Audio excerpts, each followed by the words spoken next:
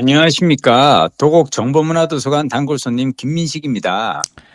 안녕하셨습니까. 성북 길빛도서관 단골 손님 박동훈입니다. 박동훈 부장님 잘 지내셨습니까? 항상 그 질문에 제가 머뭇거리게 되는지 모르겠어요. 아니 근데 우리 네. 그래도 이렇게 일주일에 한 번 통화하는데 내가 이렇게 전화 딱 하면은 잘 지내셨습니까 하고 이렇게 묻지 그러면 뭐라 그래야 돼? 이 질문을 말고 뭐라 그래야 될까? 아니요. 이게 질문에 문제가 있는 게 아니라, 머뭇거리게 되는 제 생활에 문제가 있는 거죠. 아니 그건 아니고 부장님이 많이 바쁘시고 힘드신가 보지. 제가 힘들 게 뭐가 있겠습니까? 그니까 때 되면 부장님 월급 나와. 그렇지. 게다가 뭐 이렇게 중요한 일 맡아서 또 회사에서 또 인정받으면서 일하고 있지. 아니, 그건 아닌 것 같아요. 그건 아닌 것 같아요. 예. 좋은 소식이 있습니다. 좋은 소식이요? 네. 우리 유튜브 구독자가 136명. 세 자릿수. 갑자기 확 늘었어. 왜? 어디에서 언급하셨나봐요. 역시 감이 촉이 좋아.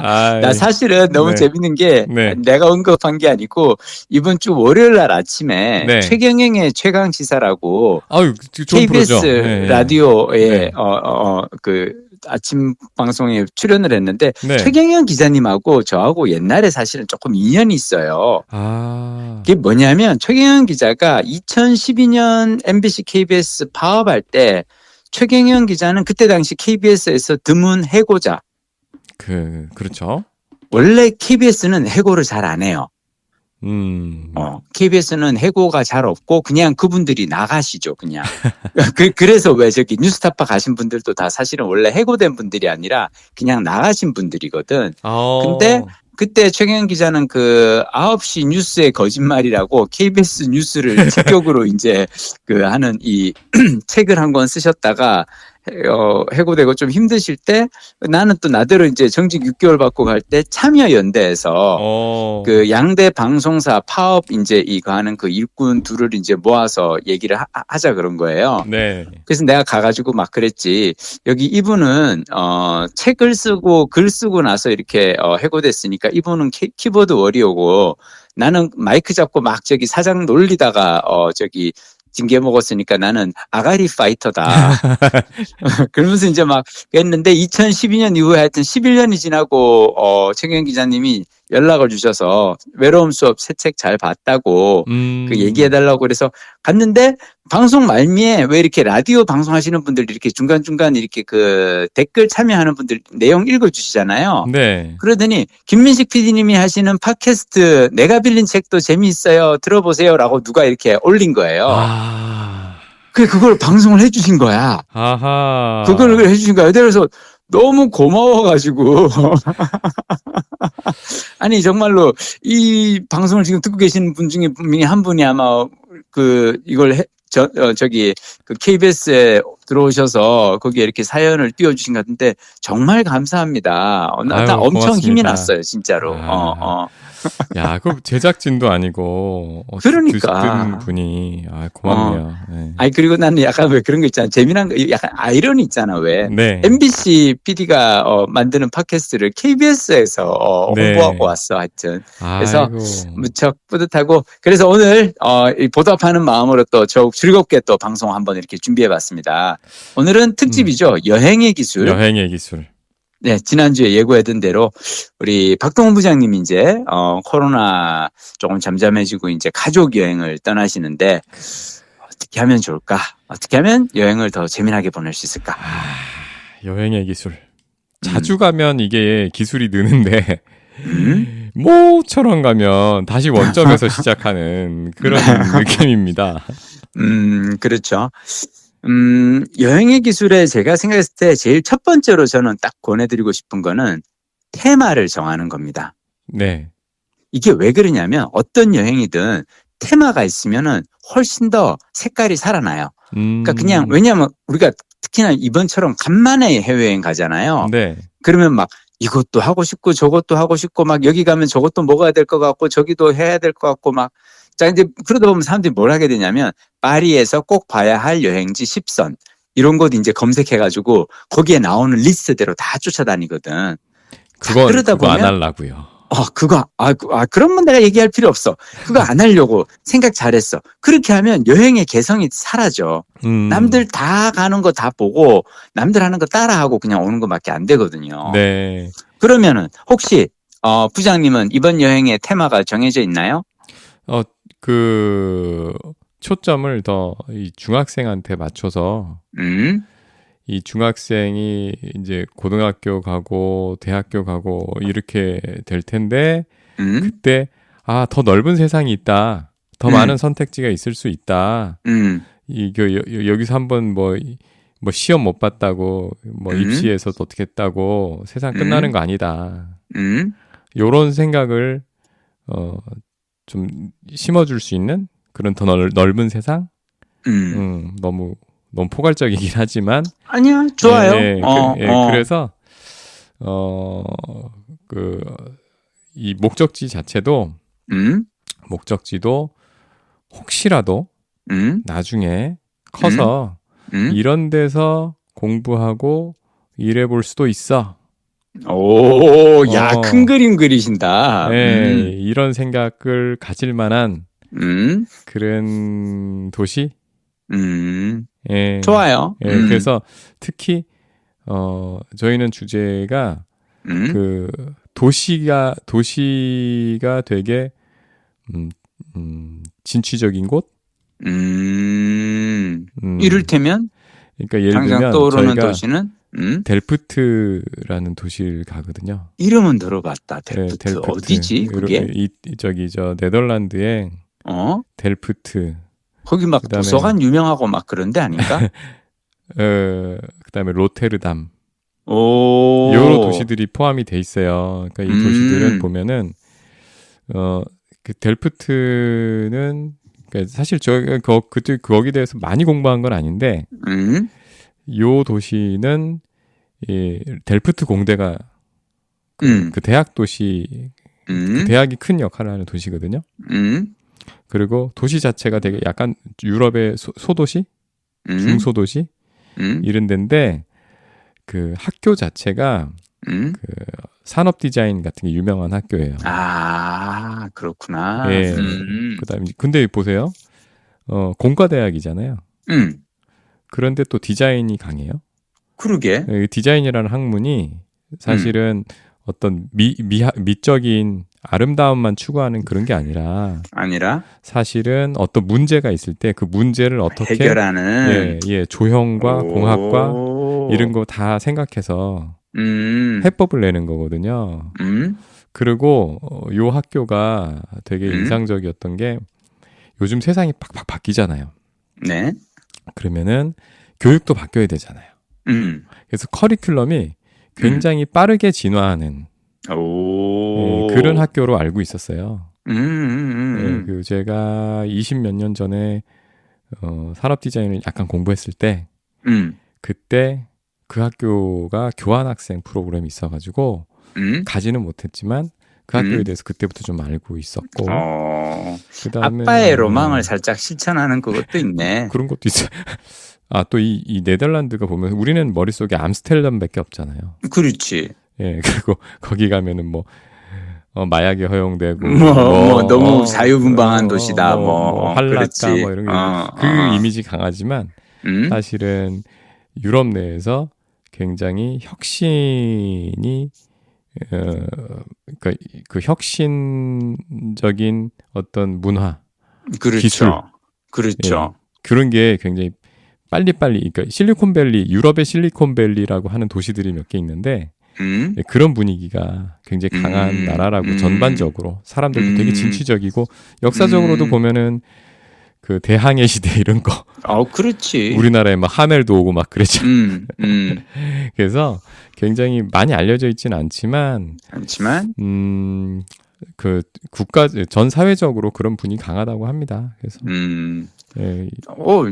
아니 나는 지금 이렇게 얘기 들으면서 난 생각이 난 사실 첫 번째 내가 생각했던 여행의 기술은 테마를 하나 딱 정한다. 뭐 이를테면 일본 테마파크 기행. 뭐 영국 시네마 투어, 음. 뭐 해리포터 투어, 뭐 이런 식으로 딱 색깔 있는 이제 아. 와이너리 투어, 뭐 이런 것처럼 좋아하는 어떤 뭔가가 있으면 그걸로 색깔을 딱 정해놓고 가면 그러면 갔다 와서 사람들한테 이야기할 때 훨씬 더 다채로워요. 네. 그냥 난 파리 가서 에펠탑 보고 루브르 갔다 뭐 이러면은 나도 그거 다 봤어 이렇게 돼버리는데 나는 거기 가서 와이너리를 이렇게 하면 사람들이 딱 보기에도 이 사람 여행을 좀 색다르게 하네. 뭐 어떤 그런 조금 고수 같은 느낌이나 테마가 있으면.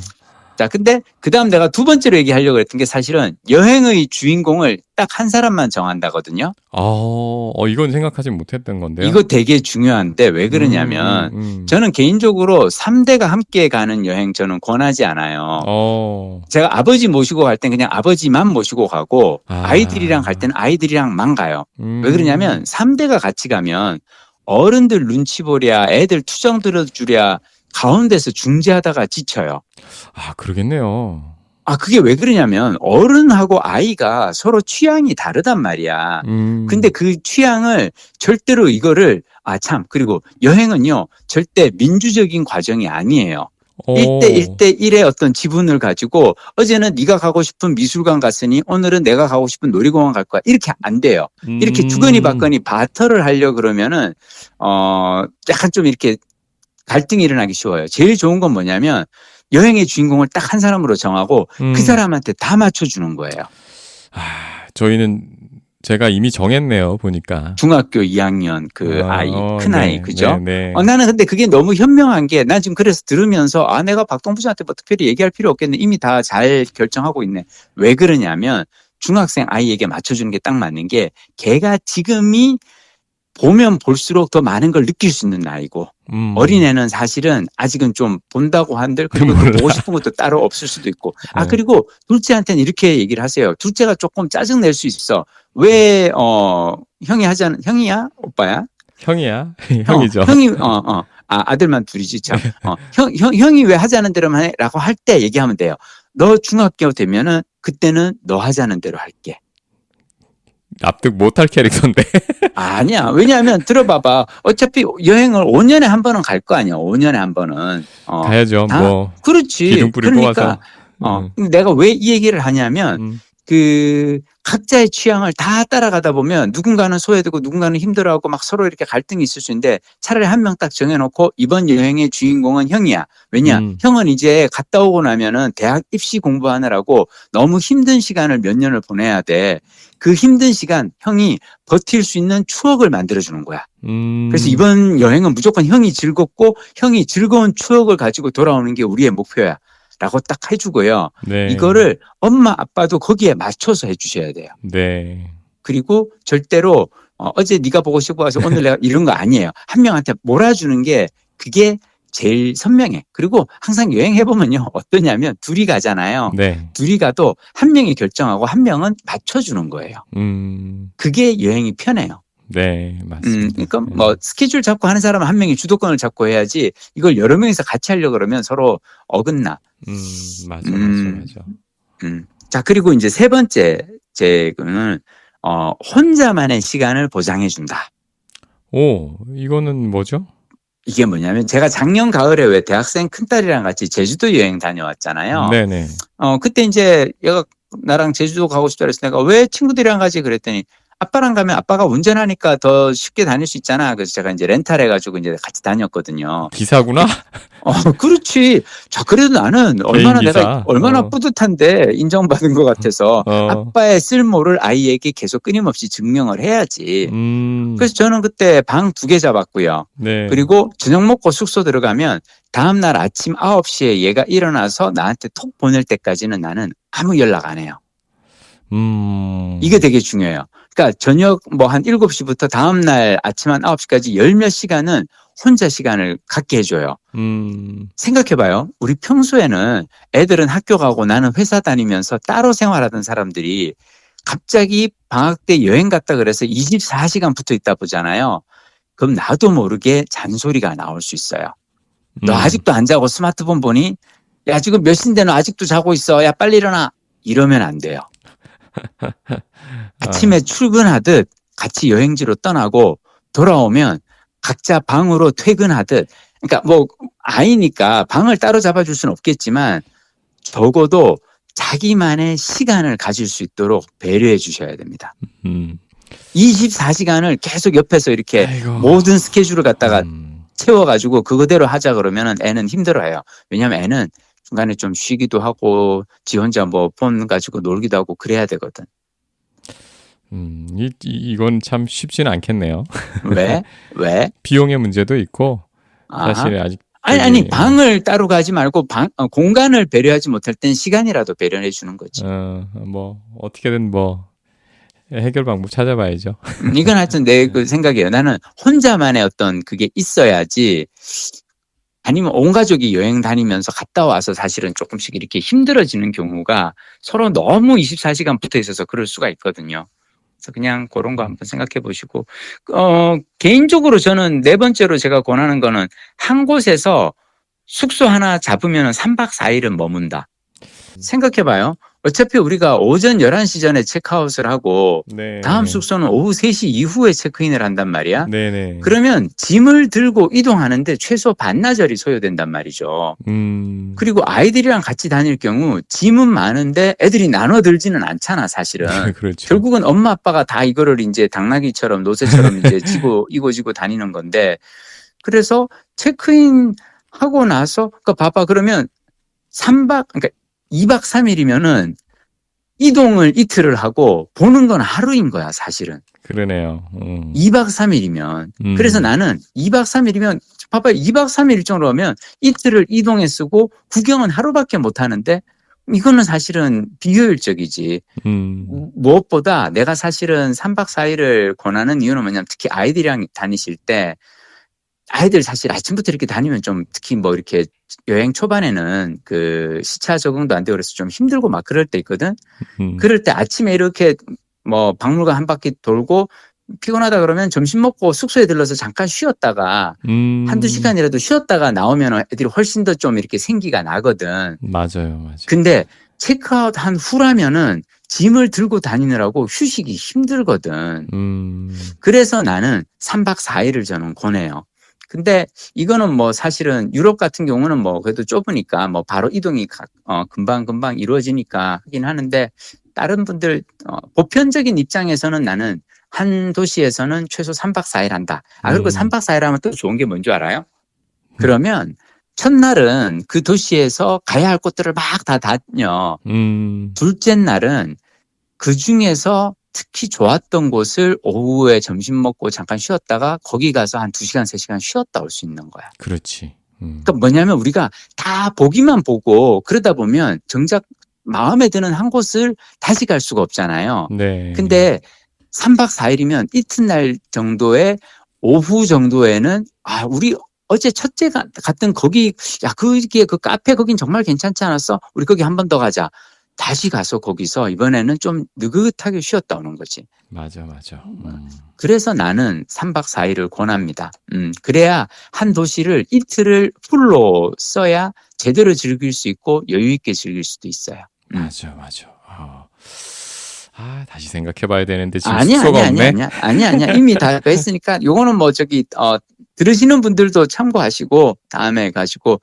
자, 5번째.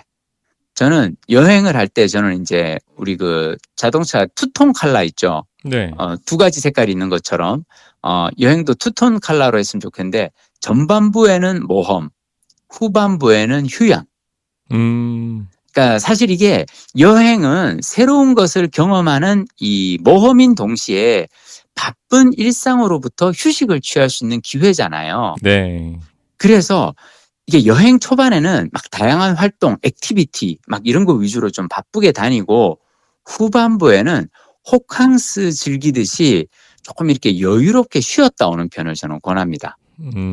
왜냐하면 뭐 2주 동안 그냥 내내 쉬기만 하면은 재미가 없고요.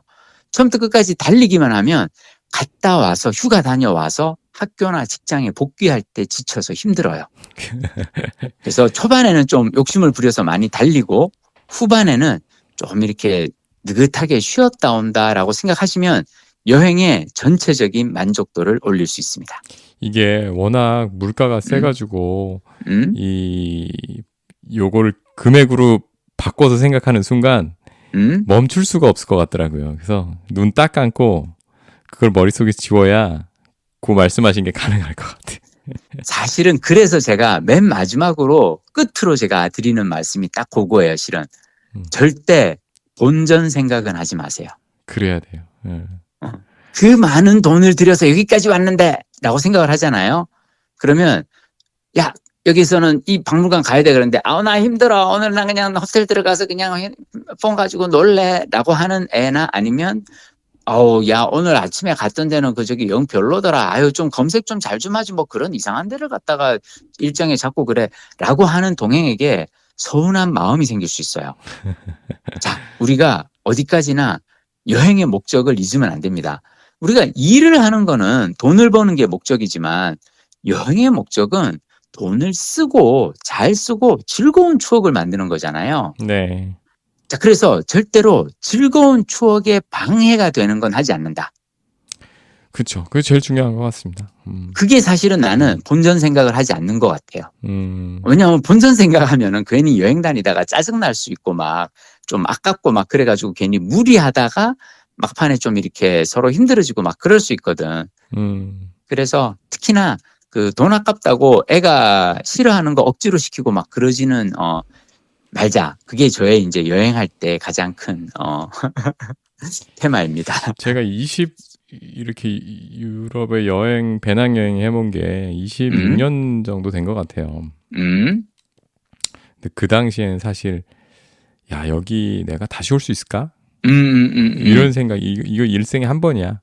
그렇지. 요 생각이 강하기 때문에 정말로 막 잠을 줄여가면서 막 다니잖아요. 한 군데도 더 보려고 막 그렇지. 물집 그렇지. 잡히게 다니잖아요. 그렇지. 맞아. 또 여름에 유럽은 해도 엄청 긴데.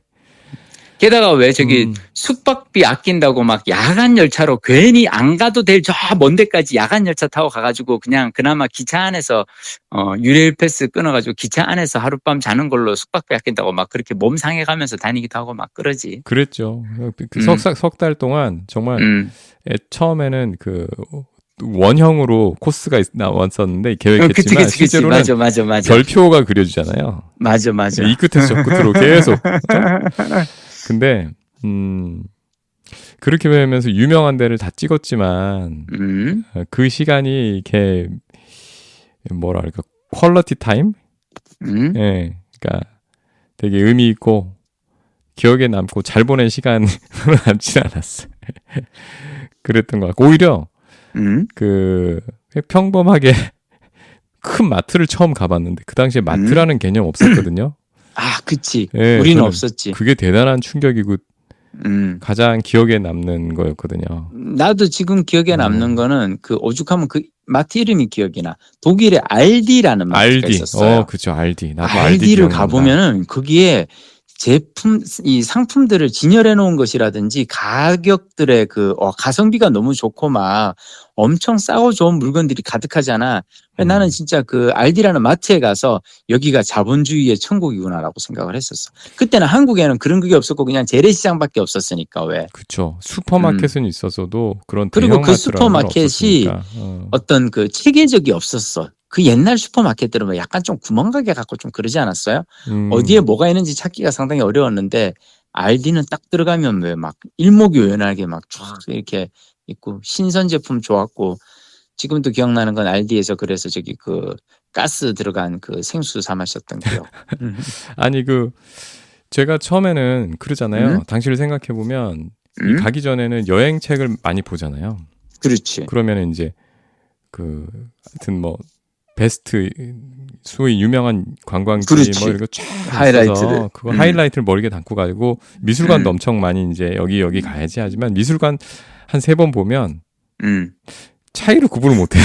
그게 그거 같아. 맞아. 그러면서 명화 앞에서 졸고 있어. 맞아. 예, 그런데 그 마트가 가장 신선했던 것 같고 그러다 보니까는 계속 마트를 보는 거예요. 비교하면서. 나중에는 영국에 갔더니 테스코도 있고 그다음에 테스코가 있었구나. 있어요. 그리고 있었고 그다음에 이제 영국에 조금 약간 중고급형 그런 마트? 이름이 잘 생각이 안 나네. 패션 업체랑 비슷한 이름인데. 하여튼, 제 기억에 나는 게, 샌드위치를 파는데, 테스코의 샌드위치와, 그 마트, 좀 고급스러운 마트의 샌드위치가 너무 다른 거예요. 그리고 테스코가 있는 지역은 약간 좀 저소득층이 주로 사는 지역인 것 같고, 그거는 이제 시내에 좋은 목에 있고, 그래서 유통에 눈을 뜨게 되더라고요. 근데 생각해보면 박동 부장님이 26년 전에 그렇게 여행할 수 있었던 이유는 딱 하나야. 20대였으니까 가능한 거야. 그렇지. 예. 그거를 그런 방식으로 지금 나이에 하면 본인도 힘들고 애들도 그거 못 따라가요. 그리고 그렇죠. 사실은 여행의 가장 큰 즐거움은 우리 일이랑 똑같은데 자율성에 있거든. 그러니까 내가 보고 싶은 걸 내가 보는데 사실은 즐거움이 있는데 아이들은 내가 보고 싶은 걸 알 수가 없잖아. 내가 뭘 봐야 되는지도 알 수 없고 일단 걔들은 수단이 없으니까 결국은 엄마 아빠가 정해주는 걸 봐야 되기 때문에 그렇기 때문에 나는 욕심을 줄여야 된다는 거예요. 엄마 아빠가 20대 때 배낭여행 다닐 때 그때 스케줄처럼 막 다니면 애들은 엄청 힘들어요. 그렇죠. 그 마음을 덜고 옛날에 우리가 하루에 3개 봤으면 그렇지. 5개 봤으면 2개로 줄이고. 약간 그래요. 맞아. 네. 그게 나는 되게 중요한 것 같아. 욕심을 줄인다. 아니, 그리고 저는 피보팅이 중요하겠다 생각 들었어요. 피보팅이 뭐야? 그러니까 아까 제가 미술관 얘기 들었잖아요. 처음에는 도시마다 유명한 미술관 요 기간 동안 10개 봐야지 하고 막 열심히 공부해서 갔단 말이에요. 난 3개 보니까 이거 내 스타일 아니네. 아, 그렇지. 그리고 생각보다 틀어, 방향을. 그러면 거기서 빨리 미련까지 줄 알고 그렇지. 맞아. 빨리 틀어서 애가 생각보다 얘도 마트네. 그러면 그때부터 마트로 틀어야지. 맞아. 예. 내가 오늘 요즘 내가 이제 이번 주는 내내 지금 유튜브 나가고 있는데 네. 월요일 날은 그 최경영의 최강시사 나가고 난 다음에 이슈 네. 오도독이라는 유튜브를 했고 네. 화요일 날은 김 교수의 3가지라고 이제 김익한 교수님이 하시는 유튜브 나갔고 오늘은 내가 또 월급쟁이 부자들 나갔거든요. 월부. 월부닷컴에 이제 나갔는데 월부에서 이제 물어보는 게 그거야. 앞으로 챗GPT의 시대가 많이 바뀔 텐데 아이들에게 어떤 직업을 권해줘야 되느냐. 근데 나는 지금 방금 우리 박동 부장님 피보팅 얘기한 것 같은 거 비슷한 얘기를 난 했어요. 네. 뭐냐면 어차피 이제는 장기 예측은 의미 없다. 5년, 10년 후에 직업의 세계가 어떻게 변하고 어떤 직업이 유망하고 이런 거 나는 의미 없다고 생각하고 아이들이 특히나 잘하는 동안 세상은 또 그새 또 바뀔 거다. 그러지 말고 애들을 유니버설 어댑터로 키우시라. 그러니까 10대 때 이미 중학교 때 너 이제 그냥 그림해. 너 미술에 소질 있는 것 같으니까 그림 그려라고 했는데 달리2라는 거 내가 어제 사디라고 디자인 인스티튜트 갔다가 사디는 또 왜 가셨어요? 사디 내가 강의하러 갔죠. 저는 유니버설 하시네. 난 진짜 유니버설 하지. 사디 학생들한테 나 원래 옛날에 사디 학생들한테 창의성을 어떻게 키울 것인가 특강을 오래 했었어요. 저 사디 잠깐 또 옆으로 새는데 제가 가고 싶었던 학교 중에 하나예요. 저 디자인 공부를 외도를 했었잖아요. 아, 그렇구나. 그 당시에 사디 대단했죠. 지금은 잘 모르겠어요. 지금은 조금 조용한데 왜냐하면 삼성전자가 하여튼 그거는 그쪽 회사 사정이니까. 하여튼 여기가 이제 학동사거리 학동역 옆에 있거든. 네네. 우리 집에서 그래서 자전거 타고 가. 가까우니까. 네. 하여튼 그래서 내가 근데 사디 가서 내가 어제 학생들한테 얘기했어요. 여러분들 어떻게 해요? 달리2 써봤어요? 야, 이제 여러분들이 일주일 동안 밤새 작업한 거나 그냥 인공지능한테 시켜가지고 내 사진 가지고 피카소가 한 10년쯤 됐을 때 화풍으로 한번 해봐. 근데 이거를 팔기는 뉴욕 시장에다가 팔 것 같아 라고 하면은 그게 맞춰서 그려준다. 근데 그렇잖아. 달리2 얘기했더니 학생들이 이미 표정이 맞아요. 우리는 좀 망한 것 같아요. 약간 이런 표정들이 있어요. 아 진짜로 그렇잖아. 왜 달리2 써보면 알잖아. 네. 얘들이 너무 빨리 너무 쉽게 이미지를 만들어내니까 우리는 막 한참 이걸 작업을 해야 될 거를. 그래서 내가 오늘 월부닷컴 가서 한 얘기가 그거예요. 중학생 애한테 야 너는 진로를 이쪽으로 가자라고 해서 엄마가 또는 엄마 아빠나 학교 선생님이 이쪽으로 애를 틀었는데 막상 그쪽에 일자리가 사라져 버리거나 뭔가 직업적인 어떤 커다란 변동이 생기면은 애가 나중에 어른이 되고 얼마나 멘붕이 오겠냐. 그러지 말고 유니버설 어댑터가 되는 방법은 되게 쉽거든요. 공교육만 따라가면 돼. 공교육. 지금 또 믿어도 이제 되는 건가? 박동 부장님은 지금 또 이제 공교육 가지고 되나 사교육을 해야 되는데. 아니 공교육도 뭐 충실하면 되는데 저 충실한 공교육 많이 못 봐가지고. 아니야 나는 우리나라 정도면은 한국은 공교육 이 정도면 되게 난 괜찮다고 생각해요. 진짜로. 하드웨어가 아니면 소프트웨어가? 다요? 아니 근데 그게 사실 우리나라 하드웨어 공교육의 하드웨어는 진짜 좋거든요.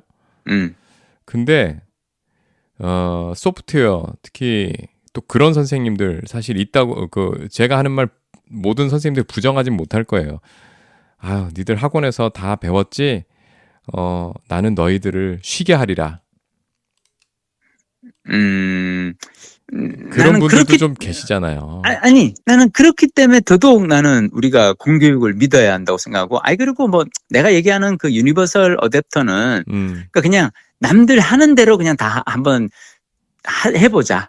그러니까 그러다가 나중에 변화가 생기면 왜냐하면 그래야지 피보팅이 쉽잖아요. 왜 한쪽 방향으로 너무 깊이 쫙 그러니까 나는 오로지 미술관 투어만 할 거야라고 미술관만 쫙 이렇게 가다가 보면 갑자기 나중에 이 길이 아닌갑다 싶고 틀려고 보면 너무 멀리 가 있잖아 왜. 난 그걸 이제 경계하자는 얘기고 그래서 저는 제일 좋은 거는 여행 다니면서 제일 좋은 거는 유연성을 발휘하는 것 같아요. 유연성. 그래서 너무 이렇게 계획이나 이걸 너무 완벽하게 하려고 하지 말고 거기에 또 완벽하게 또 그걸 맞춰서 뭐 할 수도 없는 거고 가서 하여튼 현장에서 이렇게 상황 봐가면서 유연하게 즐기고 오십시오. 좀 더 실전적인 팁을 한번 제가 여쭐게요. 이게 보면은 어떤 아까 예를 들은 델프트란 도시를 간다고 쳐요. 오케이. 그러면 우리 이 민식 작가님은 어떤 식으로 하세요? 예를 들면 그냥 숙소만 일단 잡아. 그러고 그 나라 인포메이션에 가서 가장 최신 정보를 일단 거기서 한번 쓱 보고 아니면 동네를 한번 쓱 훑어가지고 마음에 드는 것부터 해봐. 이런 스타일이 있고 자, 이거 반드시 이렇게 적어놓고 미리 어느 정도 스터디 많이 하고 딱 들어가는 스타일. 저는 사실은 후자예요. 후자인데 이게 재밌는 게 나는 후자가 70, 전자가 30이에요. 뭐냐면 후자는 난 항상 나는 기본적으로 요즘은 가이드북을 잘 안 사게 되니까 그러니까 뭐 전자책으로 있으면은 다운로드 받아서 거기에 보면 전자책 여행 가이드북에 항상 보면은 1박 2일 추천 일정이라는 게 있어. 1박 2일 추천 일정 각 도시별로 다 있잖아요. 왜? 1박 2일 추천 일정, 베니스가 됐건 파리가 됐건 그러면 그 추천 일정을 일단 메모를 쭉 해놔. 그 장소들을 이렇게 쭉 해놓고 그 다음에 내가 숙소에 이제 도착하잖아요. 그러면 숙소에서 그리고 참 만약 가이드북 같은 거 없어가지고 그냥 도시에 갔는데 그 도시는 델프트 같이 별로 안 유명한 도시라서 우리나라에서 가이드북이 나온 게 없어. 그럼 뭘 하면 되냐면 트립 어드바이저. 트립어드바이저닷컴 들어가면 그 도시 이름 치면은 그 도시에서 봐야 될 어트랙션 한 5개에서 10개 정도 나오거든요. 근데 6위에서 10위까지는 별로고 1위에서 보통 5위까지는 그래도 한번 가보면 좋을 만한 데야. 자, 이런 데를 나는 일단 메모는 해놓고 가서 숙소 가가지고 숙소 위치하고 대중교통을 봐요. 이게 되게 중요한 게 왜 그러냐면 거기에서 아무리 뭐 3위에 좋은 어떤 그 장소를 하더라도 내 숙소에서 가기에는 너무 멀어. 그러면 차라리 거기를 가는 것보다는 좀 뭐라 그럴까? 숙소 이제 구글 지도를 이렇게 좀 보다 보면은 주위에서 덜 유명한 데 중에서 이거는 저기 한 8위, 9위 정도 있었던 것 같은데 하면 그거를 차라리 위로 올리는 거죠. 그러니까 가기 전에는 하이라이트를 뽑아보긴 하는데 숙소 도착해서는 현지 사정에 맞춰서 동선을 새로 짜요. 그리고 가급적이면 내가 제일 좋아하는 건 뭐냐면 아침에 나가서 3시간 걷고 점심 먹고 들어와서 2시간 쉬었다가 다시 나가는 걸 저는 항상 해요. 그게 나는 하루 종일 돌아다니면 너무 힘들어. 그날만 힘든 게 아니고 그 다음 날까지 영향을 미쳐. 맞아. 그렇게 이게 되게 중요해. 왜냐하면 그 여행하는 기간 내내 좋은 컨디션을 유지해야 되거든. 초반에 너무 많이 달리고 막 그래가지고 뒤에 지쳐버리면은 나중에는 힘든 상태로 여행하면은 그거 진짜 괴로워. 놀러 가서 그럴 필요는 없지. 맞아. 그래. 뭔가 다시 계획을 개비해야 될 것 같은. 아니야. 개비하지 말고 지금까지 있는 계획에서 덜어내면 돼. 줄이면 돼. 해보고 여기서 안 되는 거는 그냥 현장 가서 바로 깔끔하게 우리는 포기하고 줄인다. 나는 한 5군데 이렇게 가야 할 곳 이렇게 적어놨다가도 가서 보고 여기는 너무 머네? 그럼 바로 포기. 아니 낮에 쉬는 게 참 중요하거든요. 낮에 쉬는 게 중요해요. 중요해. 왜냐하면 안 쉬고 아침부터 저녁까지 돌아다니면 애들은 진짜 힘들어요. 맞아요. 말하겠다. 나 하나만 더 마지막으로 하나만 더. 엄마 아빠 둘이서 번갈아 가면서 쉬었으면 좋겠어요. 그게 뭐냐면 만약 미술관을 가. 그래서 여기를 한 2시간 동안 돌아보게 되잖아요. 네. 그러면 번갈아 가면서 오늘은 내가 애들 데리고 다닐게. 그러니까 한 사람은 그냥 자기 보고 싶은 걸 마음껏 보는 거야. 왜냐? 넷이 다 다니잖아요. 그러면 그거는 사실은 고생이야. 그러니까 한 명은 자기 보고 싶은 거 마음껏 보고 천천히 가고 오고 한 명은 그냥 애들이 건사하면서 다니는 거지. 그걸 둘이서 교대로 하는 거야. 굳이 둘이 다 있을 필요는 없잖아. 애들 둘을 보는데. 이건 해보고. 그래, 해보고. 알았어. 미안. 아니. 그건 또 이렇게 조금마다 상황이 다를 수 있으니까 하여튼. 여행은 뭐가 좋은 줄 알아요? 여행은 가도 좋고 갔다 와도 좋은데 제일 좋은 건 사실은 준비할 때가 제일 좋아. 근데 저는 그 말이 사실 요즘은 이해가 안 가요. 옛날에도 사실 이해 안 갔고. 왜? 막 설레지 않아? 요 차이인 것 같습니다. 내가 혼자 갈 때는 그 말이 맞아요. 근데 이제 온 가족의 만족을 담보해야 되니까 고민이 많구나. 그치, 내가 간다기보다는 가이드가 된 느낌이기 때문에 출장 준비하는 조연출인 거지. 그러니까 비슷해요. 네, 비슷합니다. 네. 혹시 이 숙소에 갔다가 부장님이 마음에 안 드시면 어떡하나, 저기 갔다가 저기 뭐가 교통편이 연결이 안 되면 어떡하나. 솔직히 마음이 짠하다. 솔직히 혼자 가면은 계획 안 합니다. 이제는 안 하지. 네, 그냥 가면 그럼 그렇지. 무슨 재밌는 일이 있겠지 이렇게 하고 끝나는데 그래서 저는 누가 여행은 준비할 때가 설레고 좋아 그러면 알았어. 갈수록 이해 안 가더라고. 알았어. 그 명저 있지 않습니까? 내 모든 습관은 여행에서 만들어졌다. 네. 요 내용 여기 보면 더 많은 자세한 내용들이 들어있죠. 그렇죠. 도서관에 가면 있습니다. 근데 내가 빌린 책이니까. 물론 이제 좋은 원칙은 시간이 간다고 변하지는 않지만 2019년에 쓰셨단 말이죠. 그렇죠. 4년이 지났고 그동안에 사실은 테크니컬한 부분은 많이 변했을 것 같아요. 그럴 수 있어. 맞아요. 예를 들면 그게 변했더라고요. 요즘에 환전 있잖아요. 환전. 그거 요즘 다니실 때 그냥 카드 쓰세요? 카드 쓰기도 하고 난 그래도 좀 현찰은 가져가요. 미리 환전해서 들고 가요. 여기도 혁신적인 게 나왔더라고요. 뭐가? 트래블 월릿이라는 앱이 나왔는데 이거 협찬받은 거 아닙니다. 이게 그 앱에다가 내가 원할 때 그러니까 환율이 좋을 때 미리 환전을 해서 넣어놓을 수가 있고 실물 카드가 나와가지고 오. 이걸 또 체크카드처럼 쓸 수 있더라고요. 아, 진짜? 네, 그래서 얼마 전에 해외 갔다 온 친구가 야, 이런 게 있더라라면서 이걸 소개시켜줘서 제가 이제 이게 앱 설치하고 신청해서 받아봤는데 이 서비스를 보니까 야, 이것도 저기 그 금융테크더라고요. 핀테크더라고요. 핀테크구나. 네, 이런 게 나왔고 그 다음에 요즘은 또 어딜 가더라도 그 통신 문제 해결해야 되잖아요. 그렇지. 어떻게 로밍. 하세요? 저는 항상 로밍해요, 그냥. 로밍하고 와요. 그 SKT 쓰세요? 아니, U 플러스. U 플러스 쓰시죠? 우리 회사가 U 플러스잖아. 아니 근데 U 플러스가 그 뭐 하루 하면 그냥 무제한으로 13,000원 그거 쓰세요? 아니, 그거 한 달짜리. 한 달짜리? 한 달에 뭐 달짜리? 3만 얼마인가 4만 얼마 뭐 이런 거. 그게 글로벌 로밍이 돼요. 되고 근데 그 데이터가 작지 않아요? 한 달짜리 아니, 3만 원. 나는 예. 어차피 숙소에서는 와이파이 있으니까. 음. 길 걸으면서 저거만 보니까 구글 지도만 쓰니까 항상 이때까지 나는 데이터가 부족했던 적은 단 한 번도 없었어. 아, 그러니까 그 U 플러스 패키지 중에서 30일짜리에 뭐 몇 메가 그렇지, 몇 기가지 이제. 요걸로 쓰시는 거죠? 괜찮아요. 근데 요즘 근데 현지 유심을 쓰시지는 않나요? 나는 그거 귀찮아서 안 해요. 근데 이제 방금 말씀하신 그거는 일정 걸 넘어가면 되게 속도가 떨어져서 보기 어렵지 않나요?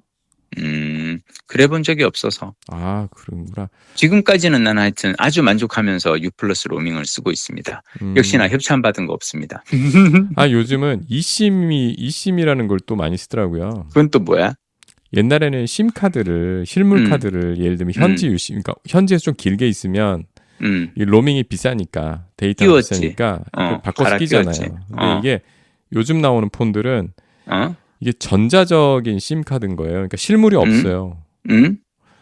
여기 이제 스마트폰에 심 카드 지금 끼워 있는 거 외에 회로에 내장돼 있는 소프트웨어적인 심을 내려받을 수가 있어가지고 그거를 현지에서 뭐 어느 동네 거 그럼 아무래도 현지 유심 좀 싸니까 그걸 내려받아서 이제 데이터는 그놈 쓰고 그다음에 내 번호로 뭐 문자 받거나 이러기 위해서는 또 뭔가 문자랑 전화는 로밍으로 지정을 하고 이것도 되더라고요. 그러니까 이런 테크니컬한 부분들이 너무 빨리 또 이제 새로운 게 나오니까 그렇지. 결론은 개정판을 내셔야 된다. 아, 개정판 내야 될 책이 많어. 영어책 한 권 외워봤는데도 지금 다시 개정판 써야 될 것 같다는 생각도 들고 챗GPT를 어떻게 영어 회화 공부에 활용할 것인가 그것도 지금 고민하고 있어요. 근데 이게 보면은 이 책도 장르에 따라서 개정판을 좀 긴 간격으로 낼 수 있고 종이책으로도 대응이 되는 게 있는 반면에 종이책으로는 도저히 대응이 안 될 만큼 이 빨리빨리 바꿔줘야 되는 장르가 여행인 것 같다는 생각이 들더라고요. 맞아요. 그럴 수 있어. 그래서 여행책은 이제 예전보다 변화 속도 빨라서 종이책이 아니라 이런 전자적으로 대응해야 되는 거 아닌가? 맞아. 그럴 수 이런 있어. 생각이 좀 들더라고요. 하여튼 여행을 많이 다니시는 우리 김 작가께 새로운 형태의 여행책을 한번 내보시라는. 써봐야 될 게 너무 많어. 알았어, 하여튼. 펌프질. 일단은 우리는 내가 빌린 책에 우리는 집중하는 걸로. 하여튼 들어가시고 그러면 우리는 다음 주에 다시 또 책 이야기 이어가도록 해요. 네. 들어가세요. 예, 푹 쉬십시오.